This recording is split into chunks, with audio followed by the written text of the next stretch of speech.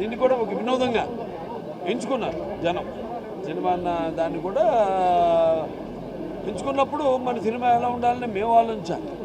అంటే సినిమా దానివల్ల జనానికి ఎలా ప్రేరేపితం చేయాలి, ఎలా ప్రభావితం చేయాలి వాళ్ళని అన్నది రకరకాల సినిమాలు తీయడం, అలాగే వాటిని ప్రజలు ఆదరించడం.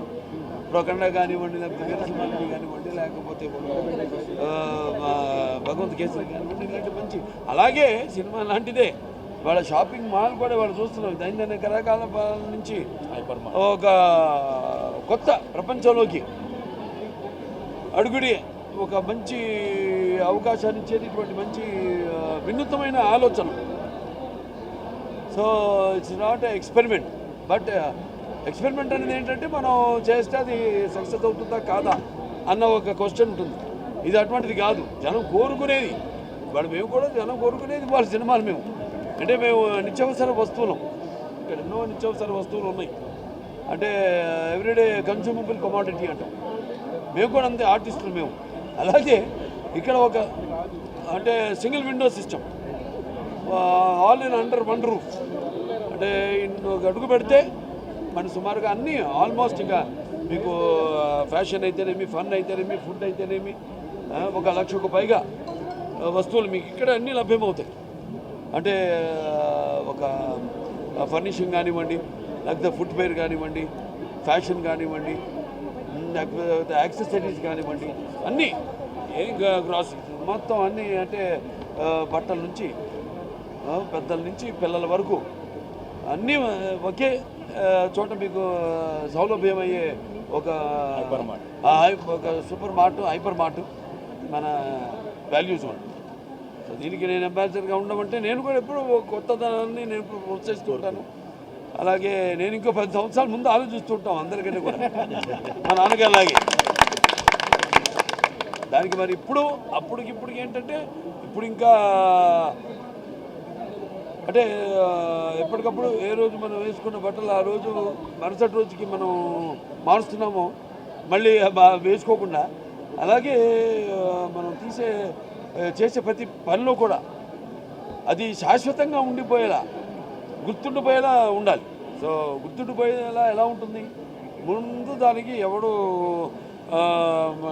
ముందడుగేస్తారు, సో అది శాశ్వతంగా మిగిలిపోతుంది. బట్ ఎన్ని వచ్చినా కూడా value zone is value zone. ఎందుకంటే మొట్టమొదటి ఈ కాన్సెప్ట్ అంటే ఈ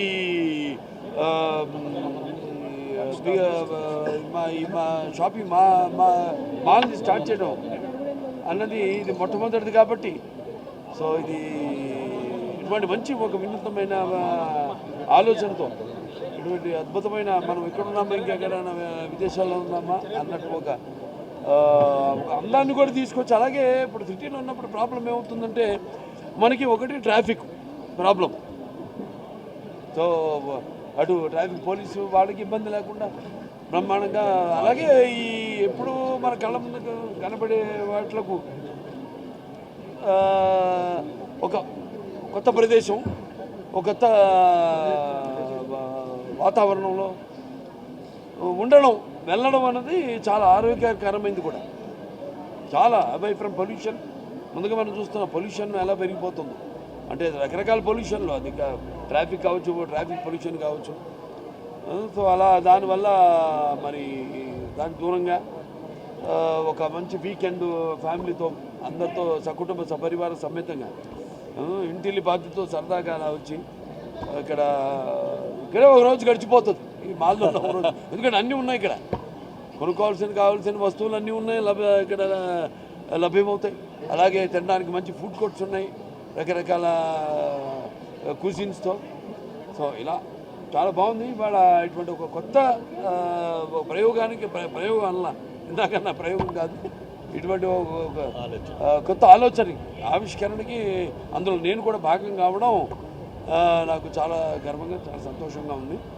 నాకు ఈ అవకాశం ఇచ్చినందుకు మన వెంకటేష్ గారికి, అలాగే రాజమౌళి గారికి, ప్రసాద్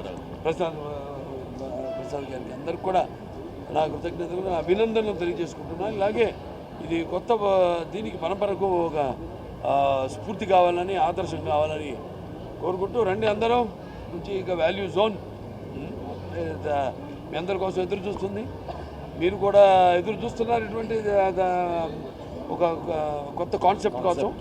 సో ఆ కొత్త కాన్సెప్ట్కి ఈరోజు ఆవిష్కరణ ప్రారంభోత్సవం నా చేతుల మీదుగా నేను చేయడం అనేది, నా చేతుల మీదుగా జరగడం అన్నది నాకెంతో ఆనందంగా ఉంది, నాకెంతో గర్వకారణంగా ఉంది.